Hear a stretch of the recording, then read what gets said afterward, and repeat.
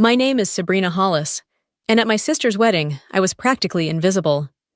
Not in the poetic, no one understands me kind of way. I mean, I was actually invisible. At least, that's how everyone treated me. My mother had sat me at the outer ring of tables, right next to the speakers, too loud for conversation and too far for family photos. No one asked how I was doing. No one even looked my way, unless it was to hand me an empty glass and assume I'd take it to the bar. Then came the moment I knew would sting. My sister's boss arrived, Cale Donnelly, CEO of some trendy fintech startup, dressed in navy and arrogance. I watched him shake hands with my father, laugh with my uncle, give my sister a big warm hug. And then, he looked straight through me like I was staff resetting the dessert table. I could have swallowed it. I'd swallowed worse. But that man's smirk, the way he tilted his glass toward my sister and said, "Impressive crowd, Aubrey," like I wasn't even standing there. That was the moment I decided.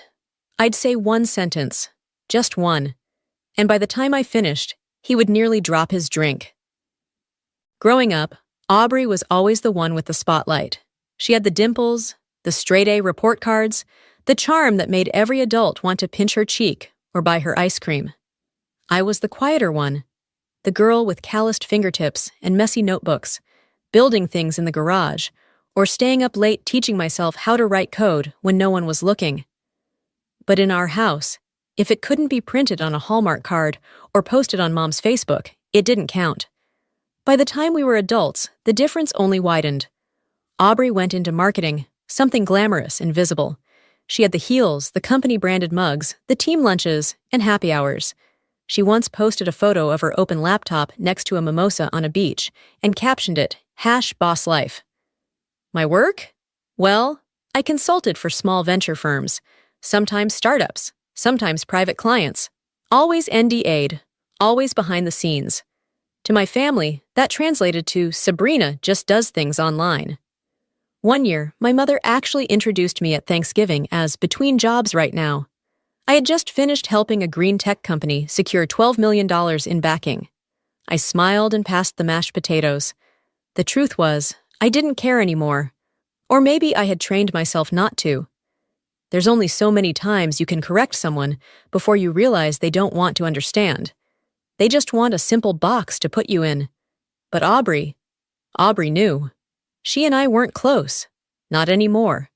Not after she accidentally left me out of her promotion celebration dinner.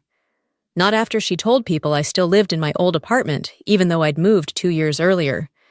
It was all these little paper cuts, casual lies meant to trim me down until I fit into the role she wanted, the older sister who never quite made it. So I let her have her show. I RSVP'd to her wedding on time. I wore the dress she requested, muted color, conservative cut. I even offered to help with the setup, and she politely declined, saying, "You don't need to stress yourself out. Just enjoy the day." The day arrived, and everything was fine. The kind of fine that has a sharp edge to it. I greeted relatives who forgot I existed, smiled through small talk with people who asked, "So, what are you up to these days?" in that tone that means, still unemployed. When the ceremony ended and the reception began, I found my seat near the edge of the room. It was close enough to hear the music, far enough to be out of every photo. My place card had been misspelled, Sabina. But at that point, I just chuckled and set it aside. I watched Aubrey glide through the room like a swan in chiffon. Every move was curated. Her husband, Cameron, was tall and silent, always trailing half a beat behind her like a well-trained shadow. And then came Cale Donnelly, her boss, the crown jewel. I knew who he was, of course. Everyone did. The man had been on Forbes' 30 under 30 list, the kind of CEO who wore sneakers with a blazer and talked about disruption like it was a personal hobby. People said he was a genius. I had my doubts. When he passed me without a glance, I didn't flinch. Not outside, anyway. Inside, something settled, like a lock clicking into place. Because sometimes being invisible is exactly the power you need.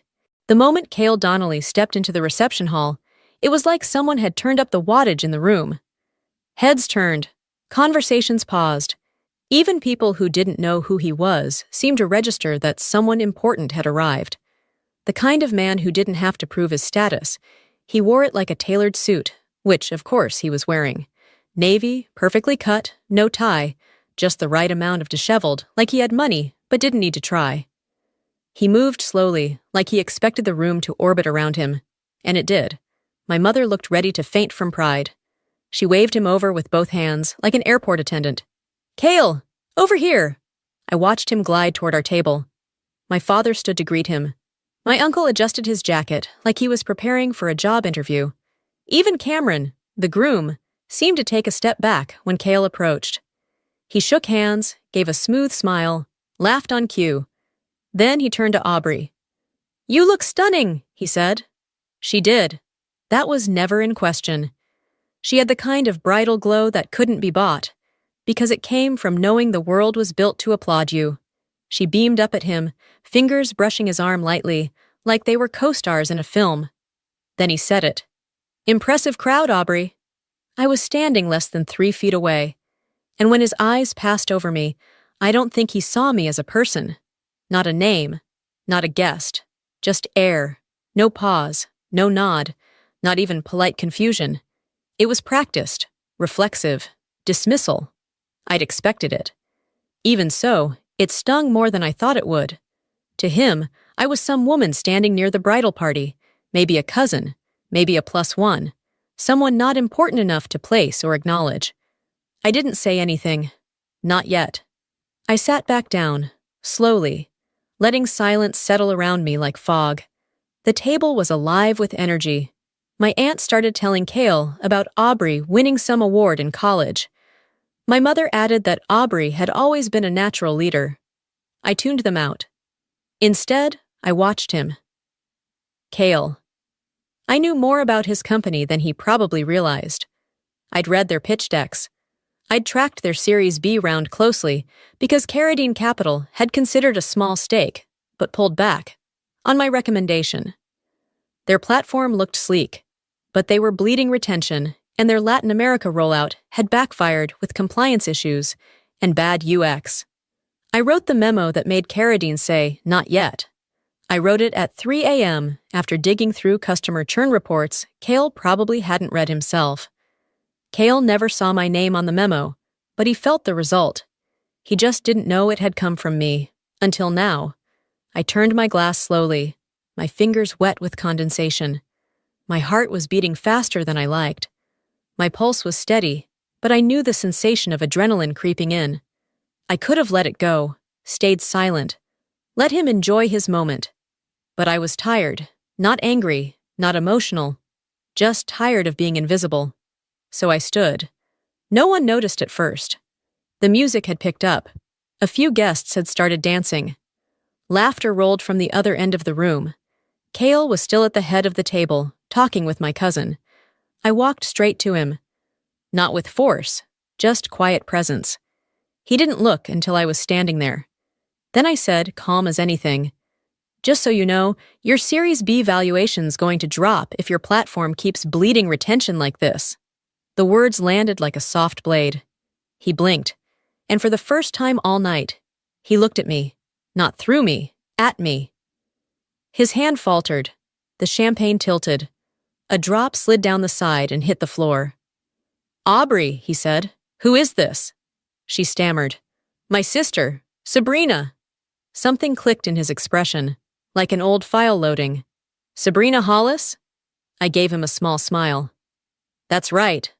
He stared, and just like that, I wasn't invisible anymore. Recognition is a strange thing. It doesn't always come in words. Sometimes it's a twitch of the jaw, a recalibration of the gaze, a second where someone's brain catches up to what their ego missed the first time. Cale Donnelly stared at me, like he was watching his past decisions rearrange themselves, like he was remembering a name from a list he should have paid closer attention to. "You're Sabrina Hollis," he said finally, voice lower, more careful. I smiled. "Yes, we've never met officially, but you've definitely seen my comments. Or rather, your board has." Aubrey looked back and forth between us like someone had just changed the language mid-conversation. "Wait, what's happening?" Cale didn't answer her. He was too busy doing the math, connecting timelines, matching advisory reports to the name he'd just dismissed at a family wedding. You work with Carradine Capital, he said. Not a question. A memory, I shrugged. Among others, Carradine wasn't just a capital firm. It was one of the quieter power players, known for early backing in now household name tech companies. I'd been working with them as an independent strategic advisor for almost 5 years. My role wasn't loud, and it was never public, but behind closed doors, my analysis helped shape acquisition deals and product pivots that made or broke startups like his. He cleared his throat. I wasn't aware they had... He stopped himself. I didn't realize you were... I let him squirm, just a little. Aubrey finally hissed. Why didn't you ever tell me you worked in tech? Like, seriously worked? I turned to her, voice still calm. You never asked. That part wasn't petty, it was the truth. My sister had spent so many years assuming I was drifting through life, doing nothing of consequence, that she'd stopped listening long before I had anything worth saying. Behind us, a small group of guests had started to hover, pretending to sip drinks, clearly eavesdropping. I stepped back slightly to give Cale space to recover, but he didn't move. He looked different now. Not rattled, but alert, like he was trying to reorient himself, like I was a puzzle piece that had been upside down this whole time, and he'd just realized where I actually fit. I remember your review, he said. It was direct. It was accurate. He laughed under his breath. Yeah, it was. Aubrey's smile had vanished. Are you seriously standing here talking business at my wedding? She snapped. Cale turned to her. Aubrey, your sister is... He paused. Let's just say she's someone I should have recognized. Sooner. I didn't stay much longer. I wasn't there to gloat. The point had been made. As I turned to leave, Cale reached into his jacket. May I? He asked, holding out a card. I accepted it without looking. I'll think about it. He nodded. I'd appreciate that. As I walked back to my table, Sabina, according to the place card, I caught my mother watching me. Her expression was hard to read. Confused? Curious? Maybe just unsettled by the fact that something had shifted, and she hadn't seen it coming. At my seat, I finished the last sip of champagne. It tasted the same, but it felt different.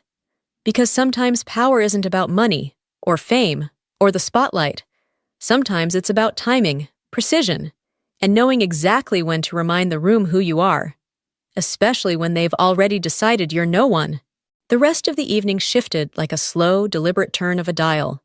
The music stayed the same. The lights didn't flicker, but the energy was different. It was no longer Aubrey's perfect wedding. It was the wedding where her sister surprised everyone. I could feel it in the way people looked at me. Before, I was wallpaper. Now, I was a curiosity. One of the groomsmen, a guy who had barely acknowledged me earlier, stopped by my table with a sudden smile. I heard what you said to Cale, he said, like it was a compliment. Didn't know you were... in the business. In a way, I replied. He nodded like he understood, but he didn't. Most of them wouldn't. That was fine. I didn't need them to understand the mechanics, just the shiftings. A few cousins approached next, their voices syrupy with surprise. You never mentioned you work in venture capital. I didn't correct them. Let them believe what they wanted. Even my Aunt Denise, who once offered to help me apply for a real job, tried to corner me near the dessert table with a soft, apologetic tone. You've always been so private. We didn't realize. I gave her a kind smile. That's all right. I wasn't asking to be realized. But it was my mother's stare I felt the most. From across the room, through clinks of cutlery and the shuffle of heels, her gaze tracked me like she was reevaluating a number that had never added up. She didn't come to me, not immediately. My mother is not the type to admit she was wrong. Instead, she sent signals. The narrowed eyes, the stiff posture, the way she whispered something to Aunt Trudy while tilting her chin toward me. I knew that posture, that calculation. Sabrina had become useful, and that was the only kind of interesting my mother ever respected. I let her watch. Aubrey was another matter. She approached later, somewhere between the father-daughter dance and the cake cutting. Her makeup was flawless, but her smile didn't reach her eyes. "Can we talk?" she asked. We stepped outside onto a balcony strung with lights. The sounds of laughter and glass tapping were muffled behind us. For a moment, it felt like we were 16 again, sneaking out to breathe when the house got too loud. "You made a scene," she said. "I spoke one sentence. You humiliated me in front of my boss." I leaned against the railing. "No," I reminded him, "I exist. That's not the same thing." Aubrey crossed her arms. "You should have told me what you do. That you're whatever that is." "I tried, years ago. You weren't interested." "That's not fair." "It's honest." She looked away. "Mom's already saying she knew you were special. She's going to act like she saw it coming all along." I smiled at that. "She always rewrites the story. But you had the real version. You just didn't want to believe it." Aubrey swallowed. "Why didn't you ever fight for space? You let us treat you like background, and now you want credit for being center stage." I turned to face her fully. "I don't want center stage. I never did. But I won't apologize for not being small enough to ignore anymore." She didn't respond. That silence between sisters is a familiar thing. Thicker than anger, deeper than resentment. It's the space where all the unsaid things live. I let it stretch. Then I said, "I'm happy for you, Aubrey. I mean that. You looked beautiful, and you deserve to be celebrated." Her shoulders softened, just slightly. "I didn't mean to make you feel—" "You didn't need to mean it," I said. "You just did it." She blinked, then nodded. "Are you happy, Sabrina?" The question surprised me. I took my time answering. "I'm at peace," I said. "I built a life I don't have to prove to anyone. That's more than happiness." She nodded again. It wasn't an apology, not quite. But maybe the closest she could get. When I returned to the reception, the cake had been cut. People were dancing. A few guests smiled at me as I passed, but I didn't linger. Cale caught my eye from across the room and lifted his glass. This time, it was a nod of respect, not habit. I didn't return the gesture. I had no more to prove. I gathered my clutch, stepped outside, and called for a car. The air was crisp, the kind that clears the mind. As I waited at the curb, I glanced at the wedding invitations still tucked inside my purse. Cream cardstock, embossed names. Aubrey and Cameron. Elegant, curated, expected. I didn't belong in that world, but I didn't need to. Because sometimes reclaiming your place isn't about crashing the party. It's about reminding them you were on the guest list all along. There's a strange kind of power in silence. When it's chosen, not forced. For years, I let people fill in the blanks about who I was. I let them call me quiet, weird, aimless. I let them talk over me at dinners, skip over my name in introductions, forget my birthday while they posted glowing tributes to Aubrey's every minor promotion. And I stayed silent, not because I had nothing to say, but because I knew I only needed one moment, one sentence, spoken at the right time, to the right person, in the right tone. Not a speech, not a monologue, not an outburst, just precision, controlled impact, like lighting a match in a dry forest. That night at the wedding, I didn't just reclaim my place. I reminded them I'd never left, that the version of me they ignored was never the real one. I'd grown beyond their definitions, and I no longer needed their permission to exist. Cale would remember me, so would Aubrey, so would the people who laughed quietly before the champagne dropped. And long after the wedding photos faded, they'd still remember the shift in the room when I spoke. But I wouldn't carry any of them with me, not as burdens, not as goals, not as validation, because when you've built your own foundation, you don't owe anyone a blueprint. Just presence, quiet certainty, a name they'll Google when the room clears. And sometimes that's all it takes. One sentence, delivered like a scalpel, remembered like a scar.